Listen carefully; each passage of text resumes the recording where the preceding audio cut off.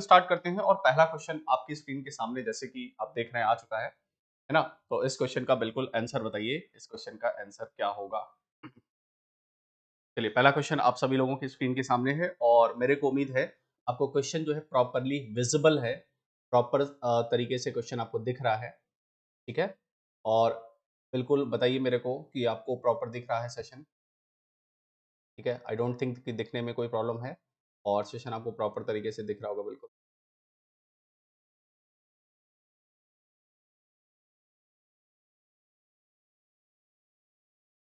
हाँ, ब्राइटनेस मैंने कम कर रखी है ताकि आपको देखने में इशू ना हो।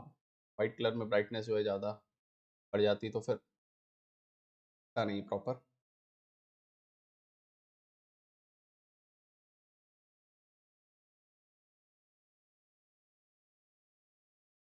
चलिए, दैट्स ग्रेट। फटाफट आंसर दीजिए सभी लोग, क्या होगा?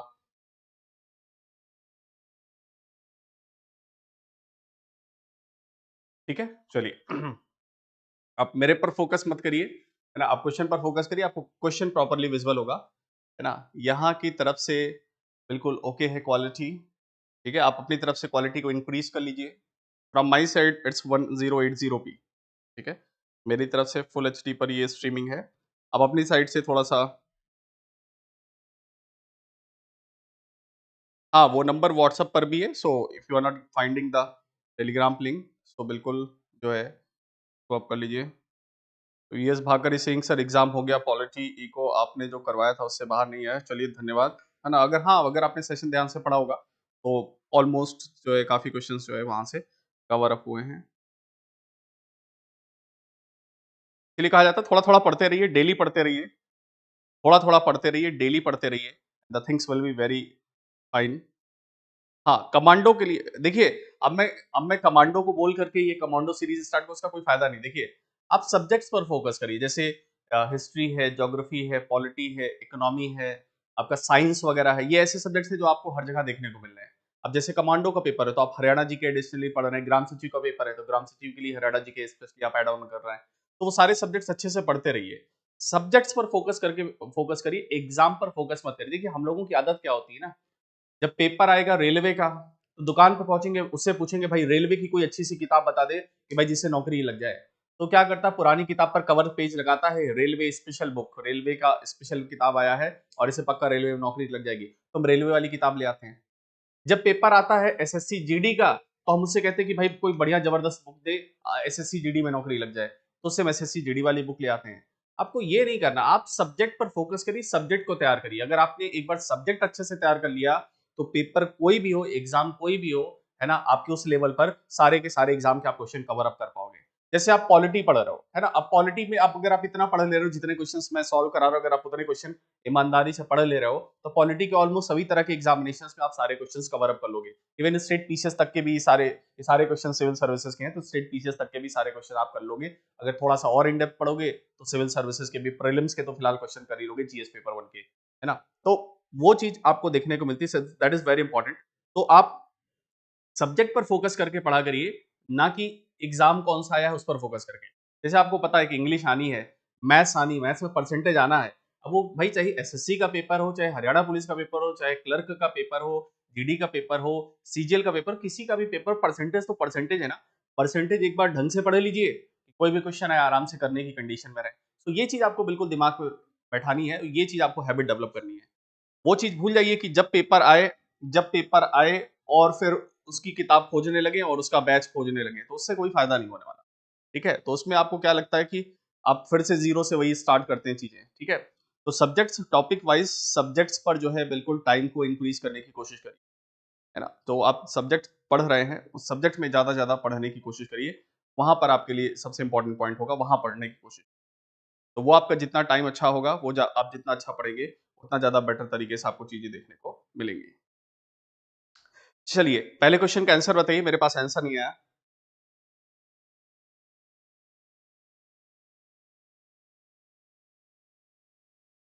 हाँ, बिल्कुल, hope for the best, prepare for the worst, एक इंग्लिश में एक कहावत है, hope for the best, prepare for the worst.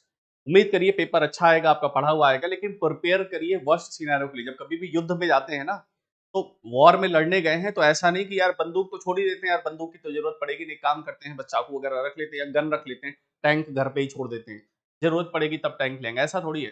जब आप युद्ध वॉर में जा रहे हैं, युद्ध में लड़ने जा रहे हैं, तो आपके पास सभी तरह के हथियार होने चाहिए। क्या पता दुश्मन क्या कर रहा है, क्या पता दुश्मन किस तरह के हथियारों का प्रयोग कर रहा है। सेम चीज विद द एग्जामिनेशन, जब आप एग्जाम में तैयारी करके जा रहे हैं, तो आप हर तरह की प्रिपरेशन के लिए तैयार रहिए, क्योंकि जब एग्जाम में क्वेश्चन कुछ भी वो पूछेगा, तो आप बाद में ये आके नहीं कह सकते कि सर ये चीज जो है ये इसमें ज्यादा पूछ लिया, ये इसमें कम पूछ लिया, ये इसमें ये कर दिया, वो आप चीज बाद में आके नहीं कह सकते। क्यों? क्योंकि वो पर्टिकुलर जो है वो एग्जामिनर पर डिपेंड करेगा कि वो वहां पर क्या चीजें क्या कवर अप कर रहा है। ठीक है, तो इसलिए आप हमेशा जो है अपने लेवल पर बहुत अच्छी तैयारी करके चलिए, है ना। सारे सब्जेक्ट्स पढ़िए, सारे सब्जेक्ट्स अच्छे से तैयार करिए। ठीक है, तो सारे सब्जेक्ट्स अगर आप अच्छे से तैयार करके चलेंगे, है ना, और अच्छे से पढ़िए, तो बिल्कुल होगा सिलेक्शन। और देखिएगा अभी ये जो हरियाणा पुलिस का पेपर हुआ, इसमें भी बहुत सारे बच्चों का सिलेक्शन होगा, क्योंकि पेपर जब टफ आता है तो पेपर सबके लिए टफ है ना। कुछ क्वेश्चंस के लेवल काफी अच्छे थे, ठीक है, तो अच्छे थे तो सबके लिए अच्छा था ना। भाई अगर आपने कम पढ़ा होगा, तो बाकी अगले ने भी कम पढ़ा होगा। ठीक है, अगर आपने नहीं पढ़ा होगा तो अगले ने भी नहीं पढ़ा होगा।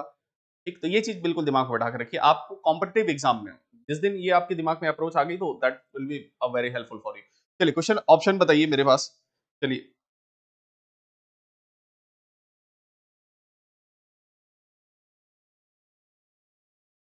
ठीक है, चलिए क्वेश्चन पढ़ते हैं। हाँ, एग्जाम मंच प्लेटफॉर्म पर आपको जो भी सब्जेक्ट्स मिलेंगे बहुत डीपली मिलेंगे। संदीप सर भी हरियाणा जी के काफी डीपली कराते हैं, काफी अच्छा कंटेंट आपको, बिल्कुल मेरे को नहीं लगता हरियाणा में आपको उससे बेस्ट कंटेंट कोई जो है प्रोवाइड कर सकता है। तो हरियाणा जीके का आपको one of the best content आपको मिल ही रहा है। क्वालिटी भी ठीक ठाक जो है अच्छे लेवल की, मैं भी अपनी तरफ से बेस्ट कोशिश कर रहा हूँ कि आपको अच्छे से अच्छा क्वालिटी का कंटेंट प्रोवाइड करके दूं। ठीक है, तो आप जो सब्जेक्ट्स पढ़ रहे हैं, एग्जाम मंच प्लेटफॉर्म पर फिलहाल जुड़े हुए हैं, आप जो भी कंटेंट पढ़ रहे हैं वो आपको, ठीक है, अच्छी क्वालिटी का ही मिलेगा। ठीक है, और उसमें बहुत हम लोग जो है दो दो लाइन के क्वेश्चन जिसमें टिक कर दे, अच्छा ये राष्ट्रपति को शपथ कौन दिलाता है, इसको कौन शपथ दिलाता है, ऐसे ऐसे क्वेश्चन में सॉल्व कराऊं, तो मेरे को भी पता है मेरे में व्यूज काफी बढ़ जाएंगे, है ना। और उस तरह के क्वेश्चंस बच्चे भी ज्यादा देखना पसंद करेंगे। लेकिन मेरे को पता है उस चीज का आपका फायदा नहीं होने वाला, कि मैं बताऊं राष्ट्रपति को, बताओ किस आर्टिकल में शपथ दिलवाई जाती है, राष्ट्रपति का क्या काम होता है, राष्ट्रपति सब फांसी की सजा माफ कर सकता है कि नहीं कर सकता। ऐसे क्वेश्चंस कराने को, वन लाइनर क्वेश्चन बहुत इजीली इंटरनेट पर अवेलेबल होते हैं ना, I can also copy paste, उसको हम पढ़ सकते हैं, लेकिन वो आपको फायदा नहीं करेगा, है ना। कल को हो सकता है पेपर बहुत आसान है, तो हो सकता है वो क्वेश्चन पढ़ लो, आप बहुत खुश हो जाओ, और कल को मैं कहूँ कि हाँ भाई मेरा पढ़ाया हुआ सारा आया हुआ था, लेकिन उसका कोई फायदा नहीं। ठीक है, तो आप थोड़ा सा क्वेश्चन का लेवल अपना बढ़ा के रखिए। ठीक है, अच्छे लेवल का क्वेश्चन पढ़ेंगे तो आसान लेवल के क्वेश्चन हो जाएंगे, लेकिन अगर आप सोचिए आसान लेवल का क्वेश्चन पढ़े, उससे आप अच्छे लेवल का क्वेश्चन कर पाएंगे, तो उल्टा नहीं होगा। ठीक है, चलिए क्वेश्चन देखते हैं क्या है। क्वेश्चन है, निम्नलिखित कथनों में से उस कथन को चुनिए जो मंत्रिमंडल स्वरूप, काउंसिल ऑफ मिनिस्टर्स की अगर बात करें, का सरकार का अंतर्निहित सिद्धांत को अभिव्यक्त करता है। Choose one of the following statement that express the underlying principle of the cabinet of the government. Cabinet form of the government है, आपको पता है कि कोई भी सरकार होती है, केंद्र सरकार की अगर बात करें, यूनियन गवर्नमेंट की बात करें, तो केंद्र सरकार जो है वो मंत्रिपरिषद के, काउंसिल ऑफ मिनिस्टर से मिलकर बनी होती है। काउंसिल ऑफ मिनिस्टर्स के थ्रू काम होता है, मंत्रिपरिषद के थ्रू काम होता है। मंत्रिपरिषद की अगर बात करें, मंत्रिपरिषद का अध्यक्ष कौन होता है? मंत्रिपरिषद का जो मुखिया है, अगर सेंट्रल की बात करें तो सेंट्रल में जो काउंसिल ऑफ मिनिस्टर्स है उसका मुखिया प्रधानमंत्री होता है। और अगर राज्य में मंत्रिमंडल की, विधानसभा के अंदर बात करें, तो मंत्रिमंडल जो है, काउंसिल ऑफ मिनिस्टर जो है, वहां मंत्रिपरिषद के जो सदस्यों की संख्या है उसके अध्यक्ष राज्य का मुख्यमंत्री होता है। यहां पर अगर बात करें, सेंट्रल लेवल पर केंद्र सरकार पर जो मंत्रिपरिषद होता है वो सामूहिक तौर पर जिम्मेदार होता है लोकसभा के प्रति, कलेक्टिवली रिस्पॉन्सिबल होता है लोकसभा के लिए। लोकसभा क्या है? लोगों के द्वारा चुनी गई सभा, या फिर जहां पर से लोग, हम लोग डायरेक्ट लोगों को चुन करके लोकसभा के अंदर भेजते हैं, उसके लिए रिस्पॉन्सिबल होता है। और अगर कैबिनेट ऑफ द गवर्नमेंट की फॉर्म की बात करें, तो ये सबसे बेस्ट फीचर होता है इसका। चलिए इसमें देखते हैं कौन सा ऑप्शन है। ऐसी सरकार के विरुद्ध आलोचना को कम से कम करने की व्यवस्था जिसके उत्तरदायित्व जटिल हैं या संतोषजनक निष्पादन करता है, ये तो बिल्कुल इरेलेवेंट ऑप्शन है, इसका तो कोई मतलब ही नहीं यहाँ पर। ठीक है, ऐसी सरकार का कामकाज जिसमें तेजी लाने की क्रियाविधि जिसके उत्तरदायित्व दिन प्रतिदिन बढ़ते जा रहे हैं, ये भी इरेलेवेंट ऑप्शन है, इसका भी यहाँ मतलब नहीं। सरकार जनता के प्रति सामूहिक सामूहिक उत्तरदायित्व को सुनिश्चित करने के लिए संसदीय लोकतंत्र की एक क्रियाविधि है, ये ऑप्शन हो सकता है। और लास्ट ऑप्शन पढ़ते हैं, उस शासनाध्यक्ष के हाथों को मजबूत करने के लिए एक साधन जिस पर जनता का नियंत्रण हसोन्मुख है, a means of strengthening the head of the government whose control over the people is a state of the desperation। ये भी स्टेटमेंट गलत है, तो ऑप्शन नंबर सी, सरकार के जनता के प्रति जो सामूहिक तौर पर जो उत्तरदायित्व है, the mechanism of parliamentary democracy is to ensure government is collectively responsible towards the public। सामूहिक तौर पर जनता के प्रति उत्तरदायित्व हो, सरकार जो है कलेक्टिवली जनता के प्रति, प्रधानमंत्री जो है मतलब जो सरकार है वो जनता के प्रति उत्तरदायित्व होते हैं। That is one of the most important function in this one. ठीक है, तो यहां पर ध्यान रखिएगा, सरकार के जनता के प्रति उत्तरदायित्व को सुनिश्चित करने के लिए संसदीय लोकतंत्र की एक क्रियाविधि है। This is the very important part that we have added in this one. हाँ, ये यहाँ क्लास डेली होती है बिल्कुल। अगर आपकी किसी वजह से पिछली क्लासेस छूट गई हैं तो आप बिल्कुल जो है आप देख सकते हैं, और इसके पीडीएफ्स वगैरह भी जैसा मैंने आपको बताया टेलीग्राम लिंक पर आपको मिल जाएंगे। आपके इसके पीडीएफ्स वगैरह भी आपको टेलीग्राम लिंक पर इसका नोट्स वगैरह मिल जाएगा। ठीक है, चलिए नेक्स्ट क्वेश्चन बताइए। अगले क्वेश्चन को पढ़िए और आंसर देने की कोशिश करिए। अगले क्वेश्चन का आंसर क्या होगा?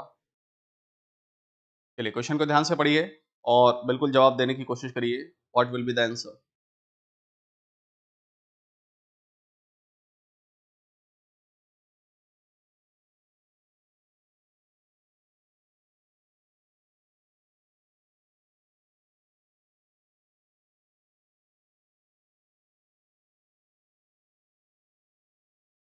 चलिए अगले क्वेश्चन का आंसर बताइए।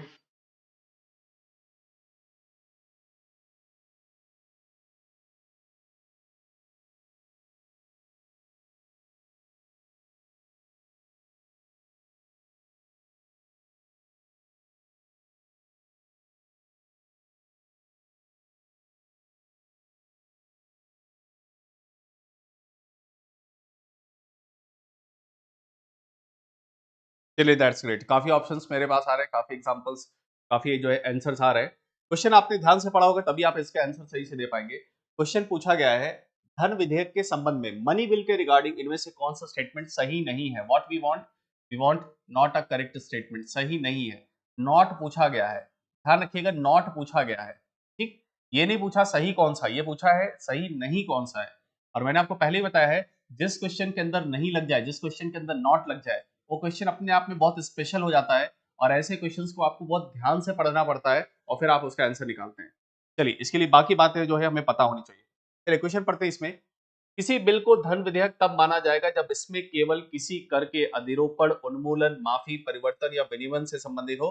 अ bill shall be deemed to be a money bill only if it contains the provisions relating to the imposition of the abolition of exemption, change and regulation of the taxes। बिल्कुल सही है। ये money bill की जो परिभाषा है, ये संविधान के अनुच्छेद आर्टिकल नंबर 110 के अंदर मनी बिल को, धन विधेयक को परिभाषित किया गया है।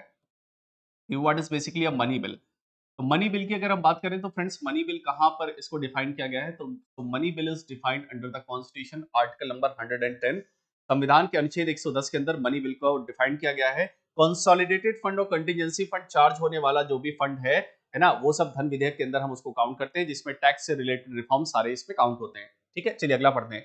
धन विधेयक में भारत की संचित निधि एवं भारत की आकस्मिक निधि की अभिरक्षा अभिरक्षा से संबंधित उपबंध होते हैं। मतलब इसको प्रोटेक्ट करने के लिए जो है प्रोविजंस होते हैं, इनमें कुछ टैक्स, इनमें कुछ चीजें बढ़ानी है, घटानी है, इससे जुड़े हुए प्रोविजंस है। संचित निधि में भी अगर पैसा ज्यादा डालना है या उसके रिजर्व को बढ़ाना है तो उस चीज के लिए भी मनी बिल के अंदर प्रोविजन लाया जा सकता है। उस चीज के लिए भी धन विधेयक रिस्पॉन्सिबल हो सकता है। The money bill contains provisions related to the custody of the consolidated fund of India and contingency fund of India. इसके बारे में इसमें पॉइंट होता है, बिल्कुल सही है, इसमें कोई दिक्कत नहीं है। हमें लेकिन क्या चाहिए, नहीं चाहिए। अगला पढ़ते हैं। धन विधेयक भारत की आकस्मिक निधि से, धन विधेयक भारत की आकस्मिक निधि मतलब कंटिजेंसी फंड से धन विनियोजन के संबंधित होता है। ये कह रहे हैं कि कंटिजेंसी फंड जो आकस्मिक निधि से पैसा निकालने के लिए धन विधेयक जिम्मेदार होता है। नहीं भाई, कंटिजेंसी फंड से अगर आपको याद हो तो यहां से जो पैसा निकालने का जो काम है वो राष्ट्रपति की अनुमति से निकलता है, प्रेसिडेंट के अप्रूवल से निकलता है। अगर पैसा निकालना हो भारत के संचित निधि से, कंसोलिडेटेड फंड से, तो वहां से पैसा तो संसद के अप्रूवल पर निकलता है। उसके लिए विनियोग विधेयक जो है इंट्रोड्यूस किया जाता है और वहां से वो पैसा निकलता, मतलब सिंपली बजट पास कराते हैं। और अगर देश में कोई इमरजेंसी के हालात हैं, कोई आर्थिक आपदा आई हुई है, कोई इमरजेंसी के हालात हैं, तो ऐसी सूरत में जो है या आकस्मिक निधि से या कंटिजेंसी फंड से जो पैसा है वो राष्ट्रपति की अनुमति से निकलता है। और ये यहां पर कह रहे हैं कि धन विधेयक की अनुमति से निकलता है, धन विधेयक इससे रिलेटेड होता है। तो ये ऑप्शन सी हमको बिल्कुल गलत मिल रहा है। अगर हमने थोड़ा सा भी ईमानदारी से कंसेप्ट पढ़ रखा है तो हमारा क्वेश्चन गलत नहीं होगा। अगला ऑप्शन, धन विधेयक भारत सरकार द्वारा धन के उधार लेने या कोई प्रत्याभूति देने से संबंधित होता है। सरकार के ऊपर कोई लायबिलिटी है, कोई डिग्रेडेशन वगैरह है, उससे रिलेटेड प्रोविजंस भी इसमें जो है बताए जाते हैं। ये बात बिल्कुल सही है। तो क्वेश्चन क्या होगा, आकस्मिक निधि से संबंधित होता है, आकस्मिक निधि से निकालने के लिए नहीं होता है। ध्यान रखिएगा, इसका आकस्मिक निधि से कोई मतलब नहीं होता है, पैसा निकालने के लिए this is not accountable for this one. अच्छा, मेरे को एक क्वेश्चन बताइए, किसका ये अंतिम फैसला होगा? फाइनली वो कौन डिसाइड करेगा, कौन वो डिसाइड करेगा, कौन ये डिसाइड करेगा कि धन विधेयक एक धन विधेयक है कि नहीं है? चलिए बताइएगा, इस क्वेश्चन को हमने डिस्कस किया है। हाँ, ये सारी पीडीएफ्स आपको टेलीग्राम लिंक पर मिल जाएंगी। ठीक है, तो क्वेश्चन कुछ लिखने की जरूरत नहीं है। चलिए, क्वेश्चन मेरा ये है, बताइए आंसर। धन विधेयक की अगर मैं बात करूं फ्रेंड्स, तो धन विधेयक जो है उसको फाइनली डिसाइड कौन करता है? कोई विधेयक पर अगर बवाल हो जाए, कोई विवाद हो जाए, तो एंड ऑफ द डे कौन डिसाइड ये निर्धारित करेगा कि कोई विधेयक धन विधेयक है कि नहीं? बहुत अच्छा, स्पीकर, लोकसभा का जो स्पीकर है वो डिसाइड करेगा धन विधेयक के मामले में। मनी बिल के मामले में जो एंड ऑफ द डे जो डिसीजन है, जो अंतिम फैसला है, जो अंतिम निर्णय है, वो किसका रहने वाला है? वो इनका होने वाला है।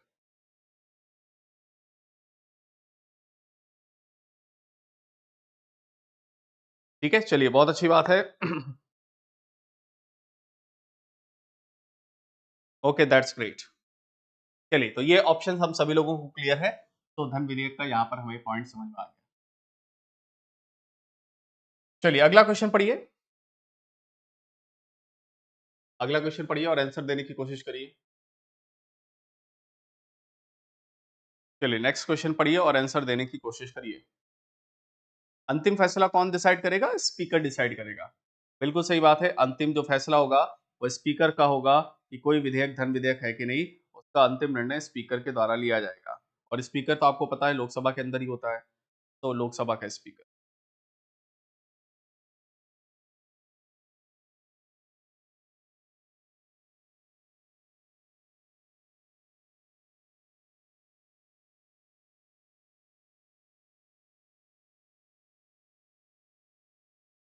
थैंक यू आप लोग उस दिन कहना जिस दिन पढ़ने के बाद जो है सिलेक्शन हो जाए, नौकरी लग जाए। अभी कोई धन्यवाद थैंक यू वगैरह कहने की कोई जरूरत नहीं है। सिलेक्शन होने के बाद बढ़िया मिठाई लेके आना, थोड़ा पार्टी वार्टी देना, है ना? फिर इस तरह से धन्यवाद होगा। ऐसे खाली धन्यवाद थैंक यू कहने से क्या फायदा? सिलेक्शन के बाद, सिलेक्शन के बाद धन्यवाद, अभी कुछ नहीं। अभी फोकस करो पढ़ाई पर। ठीक है, चलिए तो इस क्वेश्चन को देखते हैं और इसका आंसर देने की कोशिश करते हैं। चलिए पढ़ते हैं इसका आंसर क्या होगा। क्वेश्चन है, भारत के राष्ट्रपति के निर्वाचन से संदर्भ में निम्नलिखित कथनों पर विचार करिए। प्रेसिडेंट के इलेक्शन से रिलेटेड यहाँ पॉइंट्स पर जो है बातें बताई जा रही हैं, और मेरे को लग रहा है राष्ट्रपति के निर्वाचन से, इलेक्शन से जुड़े हुए पॉइंट्स आपके दिमाग में बिल्कुल क्लियर होंगे, है ना? और आप इसमें मेरे को सही जवाब बता सकते हैं क्या? चलिए काफी लोगों का जवाब आ रहा है, ऑप्शन ए 1। ठीक है, चलिए देखते हैं क्या है। क्वेश्चन पढ़ते हैं और इसका आंसर देखते हैं। चलिए, भारत के राष्ट्रपति के निर्वाचन से संबंधित निम्नलिखित कथनों पर विचार करिए। प्रेसिडेंट के इलेक्शन के बारे में यहाँ पर पॉइंट्स कंसिडरेशन करने के लिए कहा जा रहा है। ठीक है, प्रत्येक एमएलए जो मेंबर ऑफ लेजिस्लेटिव असेंबली है कि वोट का मूल्य अलग अलग राज्यों में अलग अलग होता है। बिल्कुल सही बात है, एमएलए का जो वोट का मूल्य होता है वो अलग अलग होता है, क्योंकि जो एमएलए को, एक एमएलए की वोट की जो वैल्यू निकालनी होती है, उसका जो फॉर्मूला होता है, उसका फॉर्मूला होता है स्टेट की total population divided by total MLA in the state multiply by 1000, divided में मल्टीप्लाई बाई 1000। तो इससे फॉर्मूले से निकलता है। तो मतलब जिस राज्य की जनसंख्या ज्यादा होगी या कम होगी, या फिर जहां पर एमएलए की संख्या ज्यादा होगी या कम होगी, उसके हिसाब से वहां पर एमएलए की वोट की वैल्यू बदल जाएगी। ठीक है, तो इसका मतलब पहला पॉइंट तो बिल्कुल सही, इसमें कोई दिक्कत नहीं है। लोकसभा के सदस्यों के वोट का मूल्य राज्यसभा के सदस्यों के वोट मूल्य से अधिक होता है, ये रेलेवेंट ऑप्शन है, इसका कोई मतलब नहीं है। ठीक है, ऐसा नहीं होता है। ठीक है, वोट वहां पर वैल्यू बराबर होती, तो option number 1 is the correct answer in this case. ठीक है, चलिए इसको समझाने के लिए मैंने आपके लिए यहाँ पर फॉर्मूले लिखे हुए, तो फॉर्मूले देख लीजिए ताकि आपको फॉर्मूला ध्यान रहे। देखिए, प्रत्येक एमएलए जो मेंबर ऑफ लेजिस्लेटिव असेंबली होता है, जो एमएलए होता है, उसकी वोट की वैल्यू अलग अलग होती है। अलग अलग क्यों होती है? क्योंकि एमएलए की वोट की वैल्यू का फॉर्मूला क्या होता है? टोटल स्टेट की पॉपुलेशन डिवाइडेड बाई टोटल जो इलेक्टेड वहां पर एमएलए है, विधायकों की संख्या मतलब टोटल एमएलए है। सिंपल ध्यान रखिएगा, टोटल पॉपुलेशन, पॉपुलेशन कहाँ की, राज्य में होता है ना एमएलए, टोटल राज्य की जनसंख्या डिवाइडेड बाई टोटल राज्य के अंदर एमएलए कितने हैं, मल्टीप्लाई बाई 1/1000 या मल्टीप्लाई बाई 1000, इसको हम सीधे लिख सकते हैं। तो इससे एक एमएलए की वोट की वैल्यू मिलती है।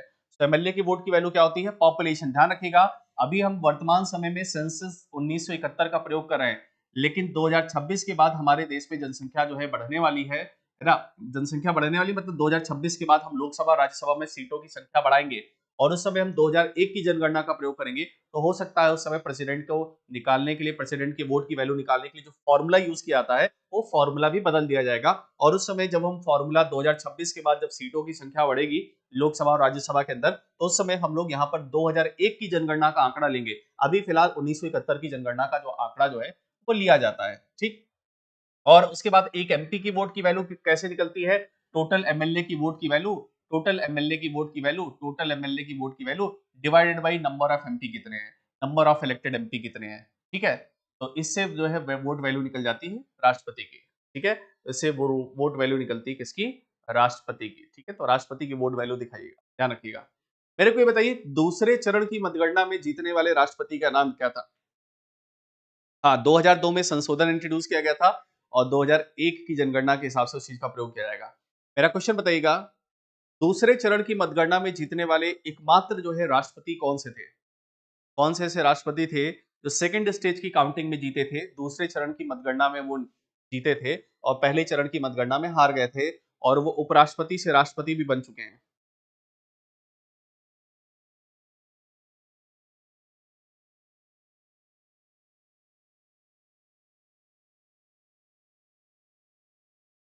बहुत अच्छा, चलिए काफी लोग सही जवाब बता रहे हैं।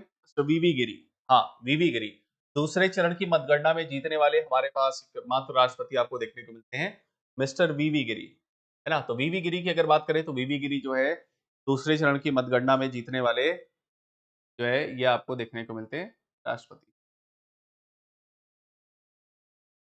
सेकेंड स्टेज की काउंटिंग में जीतने वाले वाइस प्रेसिडेंट।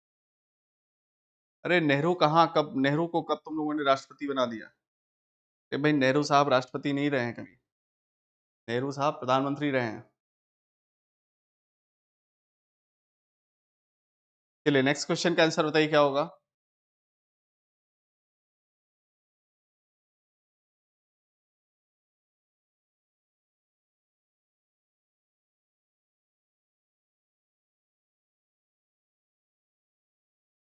हाँ, आफ्टर दिवाली जो है हम लोग क्या करेंगे, इकोनॉमिक्स का भी सेशन स्टार्ट करेंगे, and I will start economics की सीरीज। हाँ, इकोनॉमिक्स की सीरीज स्टार्ट करेंगे, क्योंकि आप में से बहुत सारे लोगों का पेपर आ रहा है एसएससी जीडी वगैरह का, तो वहां पर क्वेश्चन इकोनॉमिक्स के पूछे जाते हैं, तो बिल्कुल उसको हम लोग कवर अप करेंगे, ठीक है, बिल्कुल उसको कवर अप करेंगे। चलिए इस क्वेश्चन का आंसर बताइए।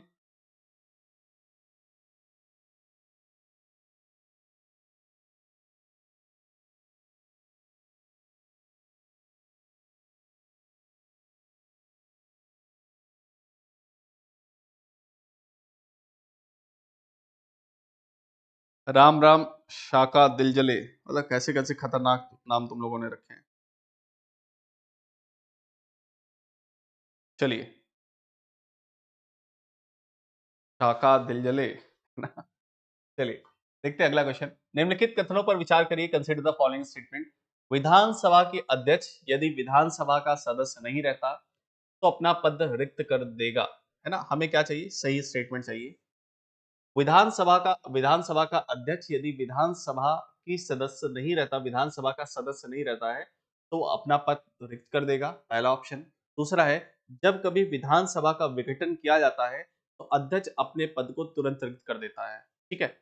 जब कभी विधानसभा का विघटन किया जाता है, विधानसभा को डिसॉल्व कर दिया जाता है, लेजिस्लेटिव असेंबली को डिसॉल्व किया जाता है, तो speaker immediately acquire his office, तुरंत अपने पद को खाली कर देता है। ये स्टेटमेंट तो इनकरेक्ट है, ठीक है। पहला, विधानसभा का अध्यक्ष यदि विधानसभा का सदस्य नहीं रहता है तो पद वह अपना पद रिक्त कर देगा, ठीक है। अगर वो विधानसभा का अध्यक्ष, विधानसभा का की अध्यक्ष, the speaker of legislative assembly will vacant is if his her or post cease no longer a member of legislative assembly. ठीक है, तो ये बात बिल्कुल सही है ना?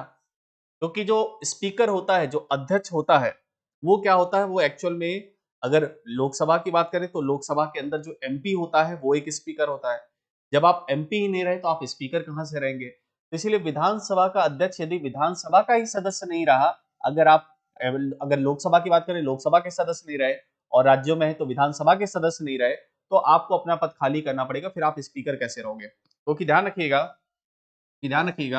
लोकसभा के अंदर लोकसभा के अंदर जो स्पीकर बैठता है, वो असल में क्या होता है, वो एक एमपी होता है, वो एक मेंबर ऑफ पार्लियामेंट होता है। ये अगर सेम विधानसभा की मैं बात करूं राज्यों के अंदर, तो वहां पर भी वो क्या होता है, वो एक एमएलए होता है। तो अगर आप एमपी ही नहीं रहे, अगर आप उस सदन के सदस्य ही नहीं रहे, अगर आप एमपी ही नहीं रहे, तो आप किस हैसियत से स्पीकर का काम संभालोगे? ये तो आपका काम हो ही नहीं सकता। तो ऑप्शन नंबर 1 यहाँ पर सही है और आप में से काफ़ी लोगों ने इसमें सही जवाब दिया है कि सर ऑप्शन नंबर 1 जो है सही होगा। हाँ, बहुत अच्छा। काका नाम तो एचएससी ने रख दिया है। ओके, कोई नहीं, चलिए आगे बढ़ते हैं नेक्स्ट वन। चलिए अगला क्वेश्चन पढ़िए और आंसर देने की कोशिश करिए। इस क्वेश्चन का आंसर क्या होगा?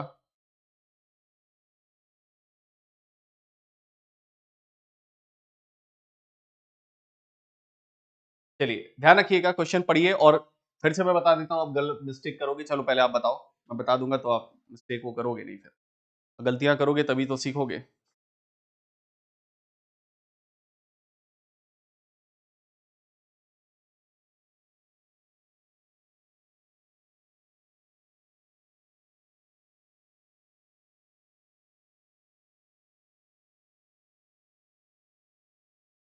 ठीक है, चलिए नेक्स्ट क्वेश्चन का आंसर बताइए। चलिए फटाफट आंसर बताइए, कुछ लोग बता रहे हैं बी। चलिए देखते हैं। क्वेश्चन यहाँ पर क्या है? क्वेश्चन यहाँ पर है, मुख्यमंत्री का कार्यकाल के बारे में, मुख्यमंत्री के बारे में, चीफ मिनिस्टर्स के टेन्योर के बारे में बताना है, इसमें कौन सा स्टेटमेंट गलत है? और अगर आपने पढ़ लिया होगा, आंखें सही से नहीं खुली होंगी सुबह सुबह, और आपने पढ़ लिया होगा सही वाला देना है, तो पक्का गलत जवाब दियोगे। इसमें क्या चाहिए? हमें चाहिए इनकरेक्ट आंसर। मुख्यमंत्री बनने के लिए संविधान में निर्धारित न्यूनतम आयु 25 वर्ष है। न्यूनतम आयु जो है 25 वर्ष है। ठीक है, 25 वर्ष की आयु की यहां पर बात की जा रही है। 25 वर्ष की आयु बात की जा रही है। देखिए, मुख्यमंत्री आपको पता है वो विधानसभा से भी हो सकता है, विधान परिषद से भी हो सकता है। विधानसभा के सदस्य की न्यूनतम एज कितनी होती है? 25 साल की होती है। विधान परिषद के सदस्य बनने की न्यूनतम एज कितनी होती है? 30 साल होती है। इसका मतलब अगर कोई मुख्यमंत्री बनता है, चीफ मिनिस्टर बनता है, तो कम से कम 25 साल की एज तो पूरी रखेगा ही। इससे कम का तो हो ही नहीं सकता मुख्यमंत्री। तो पहली बात तो बिल्कुल सही है, लेकिन हमको क्या चाहिए? इनकरेक्ट चाहिए। तो पहला ऑप्शन तो होने से रहा। दूसरा पढ़ते हैं। मुख्यमंत्री के लिए कार्यकाल की संख्या पर कोई प्रतिबंध नहीं है। That means there is no restriction on the number of tenures of for the chief minister. मतलब आप कितने भी नंबर ऑफ टाइम्स मुख्यमंत्री बन सकते हैं, कितने भी नंबर ऑफ टाइम आप चीफ मिनिस्टर बन सकते हैं। इसमें ये कोई कार्यकाल फिक्स नहीं किया गया है कि आप बस इतने समय के लिए मुख्यमंत्री रहेंगे, या 2 बार बन सकते हैं, 3 बार बन सकते हैं, ऐसा नहीं। जैसे अमेरिका का राष्ट्रपति केवल 2 बार, यूएस प्रेसिडेंट आप लगातार टेन्योर में मतलब 2 ही बार राष्ट्रपति बन सकते हैं। इंडिया में ऐसा नहीं है। ठीक है, तो ये ऑप्शन तो बिल्कुल सही है, मुख्यमंत्री के लिए कार्यकाल की संख्या पर कोई प्रतिबंध नहीं है। बिल्कुल सही बात है, कोई प्रतिबंध नहीं है, तो 2 ऑप्शन सही है। चलिए, मुख्यमंत्री विधानसभा में सबसे बड़े राजनीतिक दल से संबंधित होगा। ये ऑप्शन है। लास्ट ऑप्शन पढ़ लेते हैं।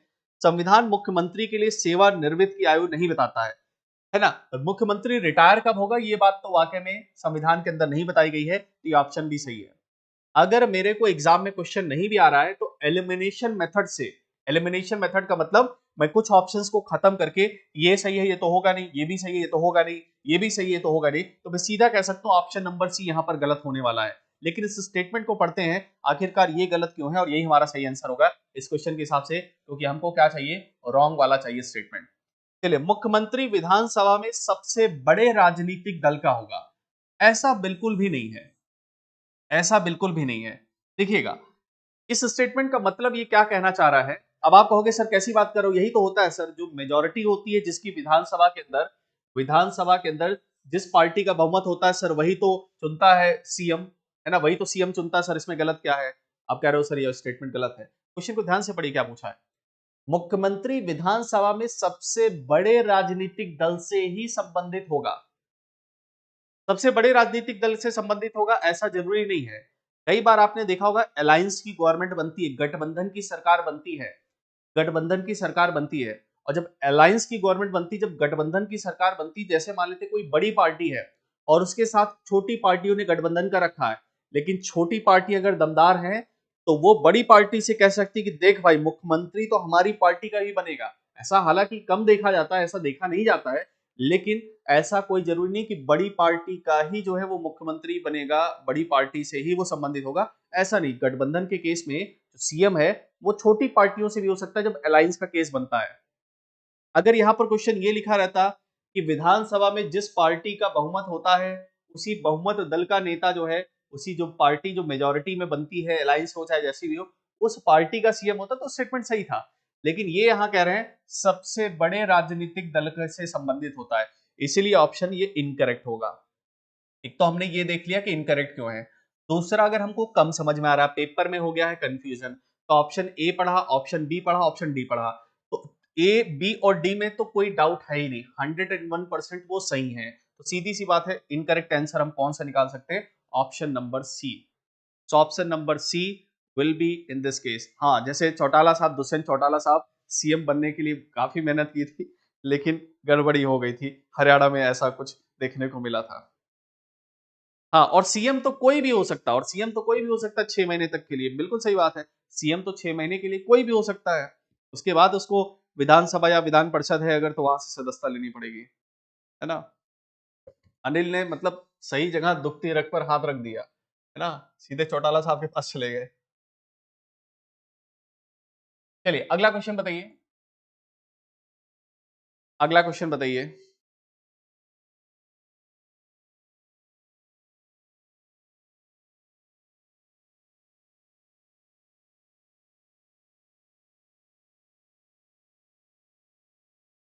कोई के नितिन कह रहे हैं सर दुष्यंत तो एमएलए भी ना बने। ओके, चलिए चलिए, पॉलिटिक्स से बाहर आते हैं, बस क्वेश्चन पर फोकस करिए और जवाब देने की कोशिश करिए क्या होगा। चलिए, राजनीतिक बयानबाजियों से बिल्कुल बचिए, ठीक है, और बिल्कुल सही जवाब देने की कोशिश करिए। इसका सही जवाब क्या होने वाला है, बताइए फटाफट, फटाफट इसका आंसर बताइए।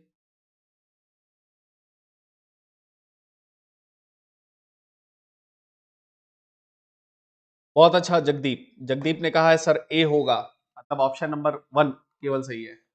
चलिए देखते हैं, क्वेश्चन पढ़ते हैं और अच्छे से देखते हैं क्या होगा आंसर।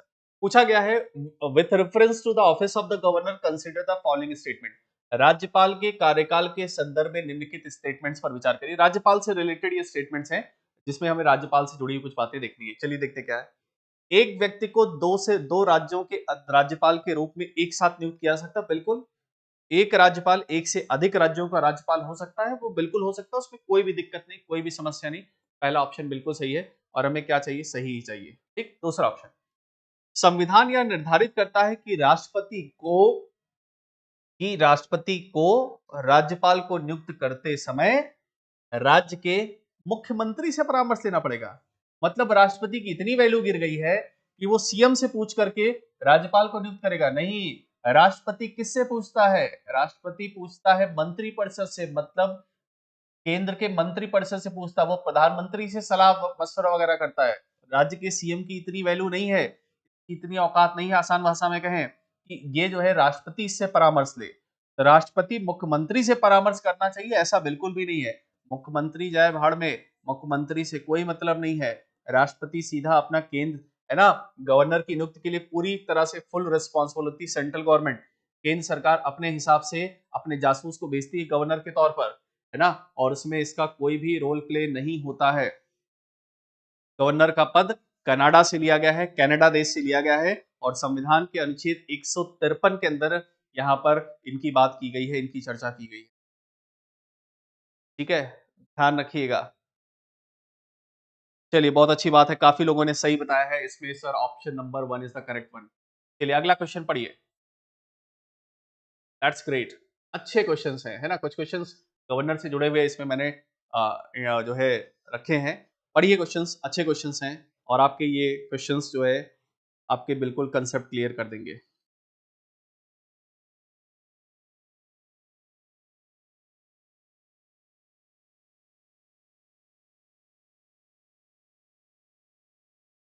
आर्टिकल नितिन 155 होगा, 55 नहीं भाई, 55 तो राष्ट्रपति से जुड़े हुए प्रोविजंस आपको देखने को मिल जाएंगे।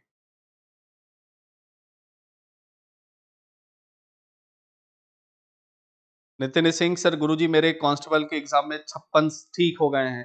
बहुत अच्छा, फिजिकल की तैयारी करते रहो, कोई दिक्कत नहीं है। 56 सही है, 55 सही है, 50 से ऊपर सही है, बिल्कुल लगे रहो, कोई दिक्कत नहीं है।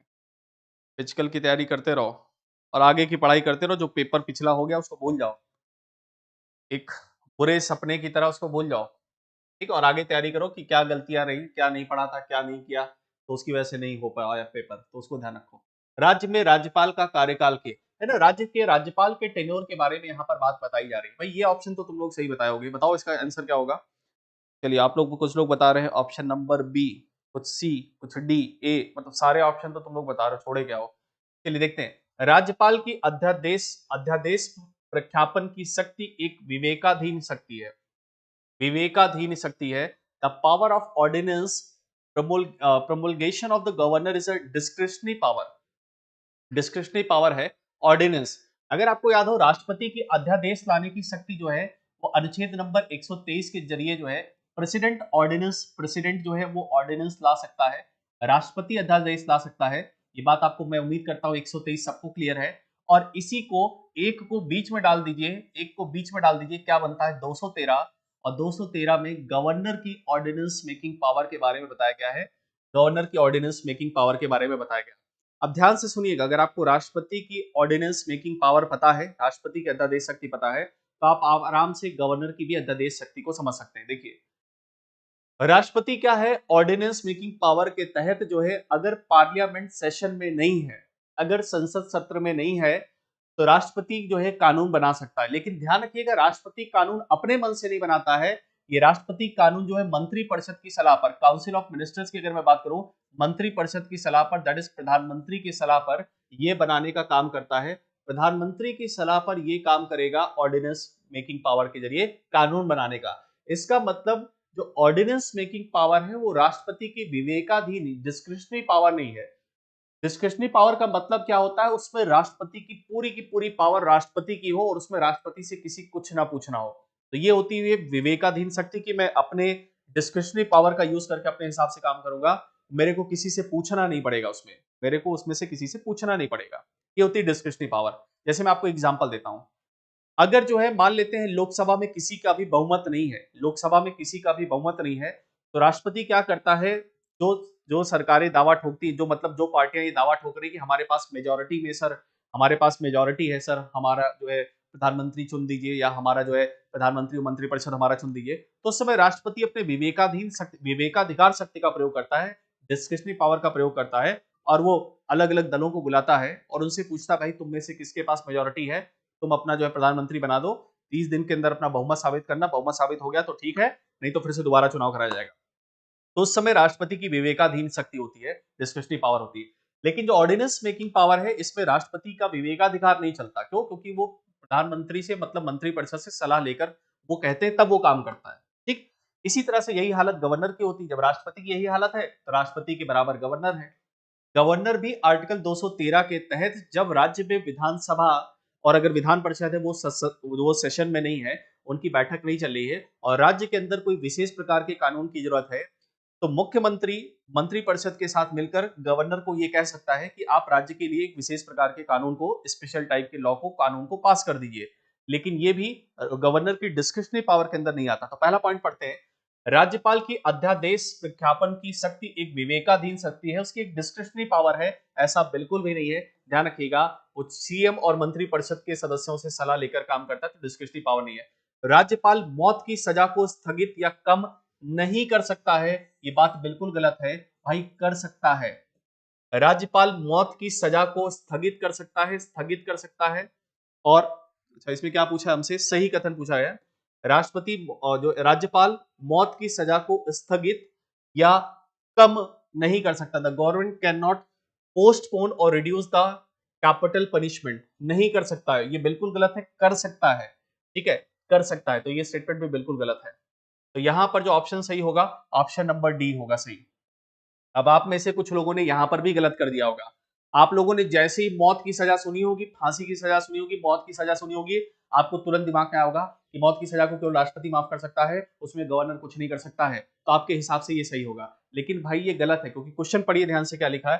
क्वेश्चन को कहा है पोस्टपोन करने की बात कर रही है। वो कह रहा है कि मौत की सजा अगर किसी को मिली है तो उसको पोस्टपोन कर दे, उसका थोड़ा सा टाइम आगे बढ़ा दे, या रिड्यूस द कैपिटल पनिशमेंट, है ना, उसके जो कैपिटल पनिशमेंट का जो नेचर है उसको चेंज कर दे। ये नहीं कह रहा है कि गवर्नर फांसी की सजा को माफ कर दे, नहीं, पूरी तरह से फांसी की सजा को माफ करने का अधिकार केवल और केवल महामहिम राष्ट्रपति के पास है। राष्ट्रपति के पास ही केवल फांसी की सजा को माफ करने का अधिकार है, लेकिन जो है उसके अलावा जो सारी शक्तियां गवर्नर राष्ट्रपति को हैं, वो सारी माफी की सजा के केस में सारी शक्तियां गवर्नर को भी होती है।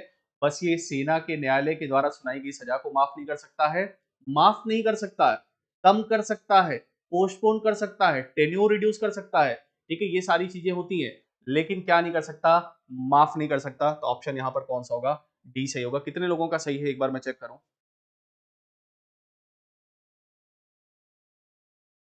हाँ, कम्यूटेशन हो गया, रेमिशन हो गया, रेप्रिवेशन हो गया, डेप्रिवेशन हो गया।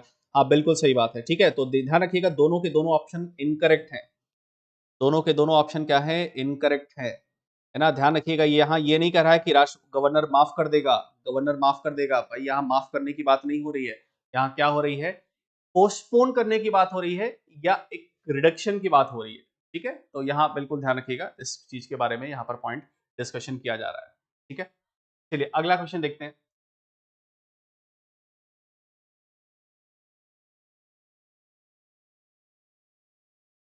चलिए नेक्स्ट क्वेश्चन का आंसर बताइए।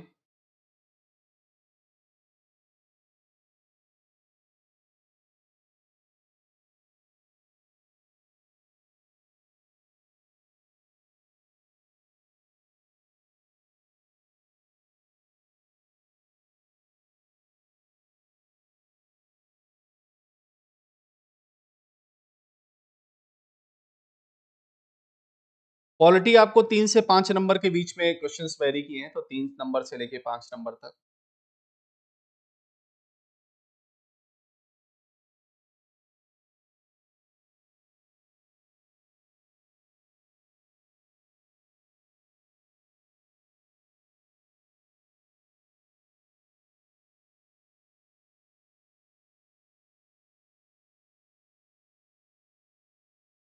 चलिए अगला क्वेश्चन देखते हैं।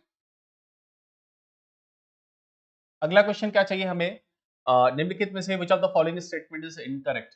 इनकरेक्ट स्टेटमेंट चाहिए, गलत स्टेटमेंट चाहिए। सरकार कैबिनेट के रूप में राज्यपाल की तरफ से कार्यकारी का अभ्यास करता है। In a cabinet form of government the governor exercise executive functions on the behalf of state, ठीक है। राज्य विधानसभा को संबोधित करते हुए हमें क्या चाहिए, गलत स्टेटमेंट चाहिए, हमें गलत स्टेटमेंट चाहिए। चलिए देखते हैं। राज्य विधानसभा को संबोधित करते हुए राज्यपाल को अपने भाषण के किसी हिस्से के लिए पूरी तरह से जवाबदेह नहीं ठहराया जा सकता। जब राज्यपाल कार्यालय में है तो राज्यपाल के खिलाफ आपराधिक कार्रवाई शुरू नहीं की जा सकती है। राज्यपाल मंत्री परिषद की सहायता और सलाह पर अपनी सभी शक्तियों और कार्यों का पालन करने के लिए बाध्य है, ठीक है। क्वेश्चन बहुत अच्छा है, ध्यान से पढ़िए और तभी फिर आप इसका आंसर दे सकते हैं। पढ़ते हैं फिर से। सरकार के कैबिनेट के रूप में राज्यपाल की तरफ से कार्यकारी का अभ्यास करता है। आपको पता है जैसे राष्ट्रपति जो है एग्जीक्यूटिव हेड होता है सेंट्रल लेवल पर, राष्ट्रपति के नाम से ही सारे काम होते हैं सेंट्रल लेवल पर, वैसे गवर्नर के नाम से सारे काम होते हैं स्टेट के अंदर। तो पहला ऑप्शन तो बिल्कुल सही है, हमें क्या चाहिए, इनकरेक्ट। दूसरा ऑप्शन पढ़ते हैं, दूसरा ऑप्शन पढ़ते हैं यहाँ पर। राज्य विधानसभा को संबोधित करते हुए राज्यपाल को अपने भाषण के किसी भी हिस्से के लिए पूरी तरह से जिम्मेदार नहीं ठहराया जा सकता, बिल्कुल नहीं ठहरा सकता। क्यों, क्योंकि जैसे राष्ट्रपति अपना भाषण जो है खुद नहीं लिखता है, राष्ट्रपति के द्वारा जो भाषण दिया जाता है दोनों सदनों को साथ में, वो भाषण मंत्रिपरिषद के सदस्यों के द्वारा तैयार किया जाता है। इसी तरह से राज्य विधानसभा को संबोधित करते हुए जो राज्यपाल का अपना भाषण है, वो राज्यपाल के भाषण को उसकी तरह उसको क्यों जिम्मेदार ठहराओगे, वो तो भाई मंत्रिपरिषद के लोगों ने लिखा होता है। ये बात भी बिल्कुल सही है। अगला, जब राज्यपाल कार्यालय में है, जब राज्यपाल टेन्योर में है, तो राज्यपाल के खिलाफ आपराधिक मुकदमा नहीं शुरू किया सकता, मतलब क्रिमिनल केसेस नहीं चलाए जा सकते। और यही चीज राष्ट्रपति के भी लिए होती है। राष्ट्रपति अगर राष्ट्रपति रहते हुए किसी का भी मर्डर भी कर दे, किसी का हत्या भी कर दे, तो उस केस में राष्ट्रपति के खिलाफ पद पर रहते हुए मुकदमा नहीं चलाया जा सकता। केसेस हम नहीं फाइल कर सकते हैं, उसके खिलाफ मुकदमा केवल जो है दीवानी का मुकदमा चल सकता है, सिविल सूट के मैटर्स चलाए जा सकते हैं। राष्ट्रपति अगर पैसे वगैरह का गबन करता है, पैसे से जुड़े हुए कुछ धोखाधड़ी या फ्रॉड करता है, तो वो केसेस आप राष्ट्रपति के खिलाफ पोस्ट पर रहते हुए, डेजिग्नेशन पर रहते हुए आप चला सकते हैं। लेकिन क्रिमिनल केसेस या फिर जो फौजदारी का मुकदमा होता है या जो सेशन कोर्ट के केसेस होते हैं, वो बिल्कुल नहीं चला सकते राष्ट्रपति के खिलाफ। ऐसा ही सेम नियम गवर्नर के लिए होता है। तो ये बात भी बिल्कुल सही है, सी बात भी बिल्कुल सही है। अगला पढ़ते हैं। राज्यपाल राज्यपाल मंत्रिपरिषद की सहायता और सलाह पर अपनी सभी शक्तियों, अब यहां पर ही सारा ट्विस्ट है, अपनी सभी शक्तियों और अभी सभी कार्यों का पालन करने के लिए बाध्य है। सभी शक्तियों के लिए नहीं है। मैंने आपको बताया है राष्ट्रपति की अभी और उपराष्ट्रपति, राष्ट्रपति और गवर्नर की मैंने अभी आपको बताया है डिस्क्रिशनरी पावर, विवेकाधिकार शक्ति। जो राष्ट्रपति या जो गवर्नर की जो डिस्क्रिशनरी पावर होती है, विवेकाधिकार शक्ति होती है, इसमें इसमें जो गवर्नर होता है, इसमें जो गवर्नर या फिर जो राष्ट्रपति होता है, इसमें जो गवर्नर या फिर जो राष्ट्रपति होता है, वो अपने दिमाग का प्रयोग करके अपने हिसाब से काम करता है। उसमें राष्ट्रपति, उसमें मंत्रिपरिषद या प्रधानमंत्री सेंट्रल लेवल पर, और गवर्नर है तो वो मुख्यमंत्री या फिर मंत्रिपरिषद के सदस्यों की सलाह उसके लिए नहीं होती है। अगर राज्य में किसी वजह से किसी पार्टी के पास बहुमत नहीं है, तो उसमें गवर्नर अपने विवेकाधिकार शक्ति का प्रयोग करता है, डिस्क्रिशनरी पावर का प्रयोग करता है, और उसके लिए किसी से पूछना नहीं पड़ता। और ये यहाँ कह रहे हैं क्या सभी शक्तियों और कार्यों का पालन करने के लिए बाध्य है, तो सभी के लिए नहीं है। तो भाई ऑप्शन नंबर डी कहाँ हो जाएगा, इनकरेक्ट हो जाएगा। और हमें क्या चाहिए इस ऑप्शन में, हमें चाहिए incorrect answer in this one, and that's why option number D is incorrect answer in this case. ठीक है, ध्यान रखिएगा, विवेकाधिकार शक्ति के लिए बाध्य नहीं है, बाकी के लिए तो बाध्य है कि राज्यपाल मंत्रिपरिषद की सलाह पर ही काम करेगा। लेकिन जब बात आती है डिस्क्रिशनरी पावर की, तो उसकी विवेकाधिकार ऐसी शक्ति है जिसमें राष्ट्रपति हो या गवर्नर हो, वो अपने हिसाब से काम करेगा। ठीक है, तो ये बिल्कुल बात ध्यान रखिएगा।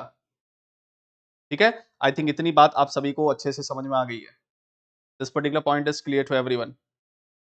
चलिए, बहुत अच्छी बात है, ये पॉइंट क्लियर है। अगले क्वेश्चन की तरफ बढ़ते हैं।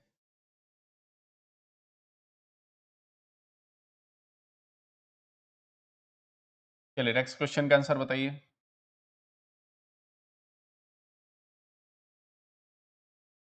ठीक है, चलिए नेक्स्ट क्वेश्चन का आंसर।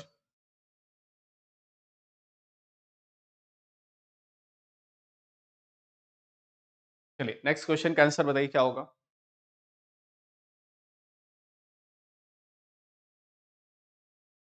देखिए, इतनी बात सभी को समझ में आ रही है।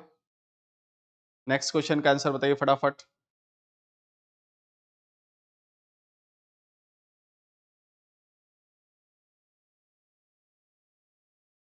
चलिए अगला क्वेश्चन पढ़िए और आंसर देने की कोशिश करिए क्या है। देखिए, क्वेश्चन आप सेशन में लाइव क्लास में गलत बता रहे हैं, सही बता रहे हैं, उसका कोई इशू नहीं है। बस आपको ये बात याद रखनी, जब मैं आपको एक्सप्लेनेशन बताता हूं तो उसमें बहुत ध्यान से देखा करिए और हर एक पॉइंट को पढ़ा करिए। ये सारे के सारे क्वेश्चंस हैं एग्जाम के लिए। कहने को तो हो सकता है हम 10 क्वेश्चन ही करते हो क्लास में, या 12-15 क्वेश्चन करते हो, 12 क्वेश्चन मैक्सिमम हम लोग करते हैं क्लास के अंदर। लेकिन वो 12 क्वेश्चन आपके, अगर ये पॉइंट्स को आप जोड़ो तो ये सारे के सारे हर ऑप्शन में 1 से 2 या 3 पॉइंट्स आपको देखने को मिलते हैं। वो सारे के सारे अपने आप में क्वेश्चंस हैं। ठीक है, तो अगर आप ध्यान से पढ़ते हैं तो आपके कई सारे कंसेप्ट एक साथ क्लियर होते हैं। चलिए इस क्वेश्चन का आंसर देखते हैं। क्वेश्चन है, राज्य के महाधिवक्ता, महाधिवक्ता की बात हो रही है एडवोकेट जनरल। किसकी बात हो रही है भाई? एडवोकेट जनरल की। जैसे आपको याद हो सेंट्रल लेवल पर होता है अटॉर्नी जनरल ऑफ इंडिया, महान्यायवादी। वैसे यहां पर राज्य के अंदर क्या होता है? महाधिवक्ता होता है। ठीक है, चलिए देखते हैं। वह राज्यपाल के द्वारा नियुक्त किया जाता है, लेकिन राष्ट्रपति के द्वारा हटाया जा सकता है। नहीं भाई, राष्ट्रपति जो है अटॉर्नी जनरल ऑफ इंडिया को नियुक्त करने के लिए, उसको हटाने के लिए जिम्मेदार है। लेकिन ये जो एडवोकेट होता है, ये जो एडवोकेट होता है, इसकी पूरी जिम्मेदारी किसके पास होती है? राज्यपाल के कंधों पर होती है। तो राज्यपाल के द्वारा नियुक्त किया था, ये बात सही है, लेकिन राष्ट्रपति इसको हटाता, ये बात बिल्कुल ही गलत है। राष्ट्रपति इसको नहीं हटाता। एडवोकेट जनरल को नियुक्त करने के लिए और हटाने के लिए पूरी तरह से कौन जिम्मेदार है? भाई राज्यपाल जिम्मेदार है। Governor is responsible for fully this one. Governor इसके लिए जिम्मेदार है। राष्ट्रपति नहीं, ना तो नियुक्त करता है राष्ट्रपति, ना तो उसको हटाता, तो राष्ट्रपति से कोई मतलब ही नहीं एडवोकेट जनरल का, वो अपना अटॉर्नी जनरल को संभालता है, ये अपना इनको संभालेंगे। ठीक, तो पहला ऑप्शन तो हो गया इनकरेक्ट, और हमें क्या चाहिए, सही नहीं है। ध्यान से देखिए क्वेश्चन क्या पढ़ना है, इनकरेक्ट आंसर हमें चाहिए। तो भाई इनकरेक्ट है ना, पहला इनकरेक्ट है, बिल्कुल पहला क्या है, इनकरेक्ट है ना, पहला गलत है। ठीक, और हमें गलत ही चाहिए। ठीक, ओके, अगला देखते हैं। उसका कार्यकाल संविधान में तय नहीं किया गया है, बिल्कुल सही बात है। ना तो अटॉर्नी जनरल का कार्यकाल कोई फिक्स है, ना तो एडवोकेट जनरल का कोई कार्यकाल फिक्स है। जो महान्यायवादी होता है वो राष्ट्रपति के प्रसाद पर्यंत होता है, राष्ट्रपति के प्लेजर पर अपॉइंटेड रहता है, जब तक राष्ट्रपति चाहता पद पर बना रहता है। एडवोकेट जनरल है वो गवर्नर के चाहने पर, गवर्नर की इच्छा पर, जब तक वो चाहता तब तक पद पर बना रहता है। तो ये बात संविधान में तय नहीं किया गया है, ये बात तो यहाँ पर सही हो गई है। ठीक है, उसका कार्यकाल संविधान में तय नहीं किया गया है, ये बात सही है, नहीं किया गया है, ये बात सही है, और हमें सही नहीं चाहिए भाई, हमें क्या चाहिए, इनकरेक्ट चाहिए। ठीक, तो दूसरा ऑप्शन तो होगा नहीं, तीसरा पढ़ते हैं। उसका पारिश्रमिक संसद द्वारा निर्धारित किया जाता है। एडवोकेट जनरल का जो पैसा वगैरह है वो संसद के द्वारा निर्धारित किया था। भाई इसका तो यार सेंट्रल से कोई मतलब ही नहीं, संसद इसको क्यों निर्धारित करेगी, ये तो गवर्नर डिसाइड करता है कि उसको कितना पैसा भत्ते वगैरह दिया जाएगा। जैसे अटॉर्नी जनरल ऑफ इंडिया की कोई फिक्स सैलरी नहीं होती, वो राष्ट्रपति की इच्छा के अनुसार उसको भत्ते वगैरह अलाउंसेस वगैरह दिए जाते हैं। ऐसे ही इसका जो पारिश्रमिक है वो जो है दिया जाता है गवर्नर के हिसाब से, ना कि संसद के द्वारा। संसद के द्वारा निर्धारित किया था, ये ऑप्शन गलत है, और हमें क्या चाहिए, इनकरेक्ट चाहिए। तो इनकरेक्ट कौन कौन से हैं, option number 1 and option number 3 incorrect. So option number 1 and option number 3 is incorrect in this one. Option number 1 and option number 3 is incorrect in this one.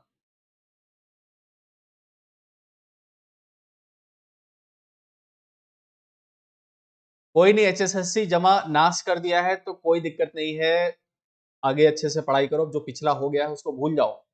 ठीक है, पीछे की जिंदगी में कुछ गड़बड़ हो गया है तो उसको एक्स कर दो। अब आगे के सेशन में फोकस करो कि आगे एग्जाम की तैयारी कैसे करनी है, और आगे क्या पढ़ना है, क्या कैसे करना है। आगे की एग्जाम की बिल्कुल तैयारी करिए। ऐसा नहीं कि आपका जो, ऐसा नहीं है भाई कि आपका जो है एचएसएससी या फिर जो आपका कांस्टेबल का पेपर था, या आपकी जिंदगी का आखिरी पेपर था, ऐसा नहीं है। आने वाले समय में बहुत सारे एग्जाम्स आएंगे, बहुत सारे पेपर्स आएंगे, लेकिन आपके पास ऊपर बस ये डिपेंड करता है कि आप अपनी गलतियों से सीखते हैं कि नहीं सीखते हैं। ठीक है, तो जो भी आपके इस पेपर में कमियां रह गई, जो भी आपके इस पेपर में गलतियां रह गई, उनको सुधारने की कोशिश करिए, उन पर काम करिए, और आगे आने वाले पेपर्स पर फोकस करिए। तो पिछला पेपर हो गया वो उसको छोड़ दीजिए, तो पीछे का पेपर हो गया उसको छोड़ दीजिए, अब आगे के पेपर पर बिल्कुल फोकस करिए। आगे क्या होने वाला है that is much more important. ठीक है, उस पर आप ज्यादा फोकस करिए। चलिए क्लास क्वेश्चन देखते हैं अगला। चलिए ये क्वेश्चन जो है भविष्य के जो है, जो सरकारी लोग हैं, सरकारी कर्मचारी हैं, वो बिल्कुल जो है यहाँ पर बताएंगे। अरे मेरा कोई सेंटर वगैरह नहीं है, मैं अभी बता दूंगा, मैं ऑनलाइन ही क्लासेस केवल पढ़ाता हूँ। तुम्हारा नाम है बूम बूम, तो भाई बूम बूम मैं केवल जो है क्लासेस जो है ऑनलाइन ही पढ़ाता हूँ। हाँ, इकोनॉमिक्स कोई नहीं, इकोनॉमिक्स की क्लासेस मैं आफ्टर दिवाली बिल्कुल स्टार्ट करूंगा।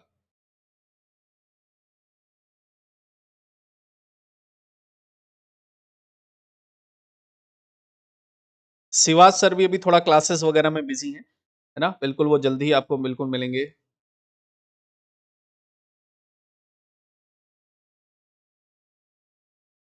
हाँ, इकोनॉमिक्स के जो क्वेश्चन थे वो मैंने देखे थे, वो बैंकिंग से जुड़े हुए कुछ क्वेश्चन पूछे गए थे, है ना, कुछ बेरोजगारी वगैरह से जुड़े हुए क्वेश्चन पूछे गए थे। चलिए क्वेश्चन पढ़ते हैं और आंसर देने की कोशिश करते हैं। और क्वेश्चन आसान था, प्रचंड बेरोजगारी तो शायद 2 3 4 शिफ्ट में पूछा गया था। जब काम करने की लोगों की कम जरूरत हो और काम से ज्यादा अधिक लोग अगर काम कर रहे हो, तो वो लोगों के बारे में वहां पर बताया गया था। चलिए क्वेश्चन पढ़ते हैं। एक राज्य के महाधिवक्ता मतलब एडवोकेट जनरल में नियुक्त के लिए आवश्यकता क्या है, उसकी योग्यता क्या है, एलिजिबिलिटी क्या है, चलिए देखते हैं। भारत की नागरिकता, कोई दिक्कत नहीं, भारत का नागरिक होना ही चाहिए, दैट्स वेरी इंपॉर्टेंट। अगर आपको याद हो, जो अटॉर्नी जनरल ऑफ इंडिया बनता है, उसके बनने के लिए सुप्रीम कोर्ट के बराबर के जज की, सुप्रीम कोर्ट के जज के बराबर की उसके लिए योग्यता होनी चाहिए। अगर आपको याद हो, जो एडवोकेट जनरल बनता है, एडवोकेट जनरल बनता है, उसके लिए हाई कोर्ट के जज के बराबर की योग्यता होनी चाहिए। ठीक, तो देखते हैं क्या लिखा है। दूसरा ऑप्शन है 10 साल के लिए न्यायिक कार्यालय या 10 साल के लिए उच्च न्यायालय के वकील की तरह काम किया हो, और यही योग्यता है हाईकोर्ट में जज बनने की। दूसरी बात बिल्कुल सही है। है ना। जुडिशियल ऑफिस आपने 10 साल के लिए संभाला हो या हाई कोर्ट में 10 साल वकील रहे हो तो आप बिल्कुल हाई कोर्ट के अंदर जज बन सकते हो। हाई कोर्ट के जज की योग्यता यही है और इसीलिए आप एडवोकेट जनरल भी बन सकते हो, कोई दिक्कत नहीं। न्यूनतम उम्र 35 साल की है, एज कोई भी निर्धारित नहीं है। एडवोकेट जनरल बनने के लिए कोई भी एज निर्धारित नहीं है ना। तो एज का यहाँ पर निर्धारण कुछ भी नहीं है, तो ध्यान रखिएगा। तो यहाँ पर option first and second is the correct one. तो करेक्ट स्टेटमेंट कौन सा हो जाएगा भाई? Option number 1 and option number 1 and 2 is the correct answer in this case. भाई डी नहीं होगा, ऑप्शन नंबर 1 एंड 2। 35 साल की क्यों? वकील बस 35 साल में बनेगा क्या? ये कुछ नहीं, ये कोई योग्यता नहीं है।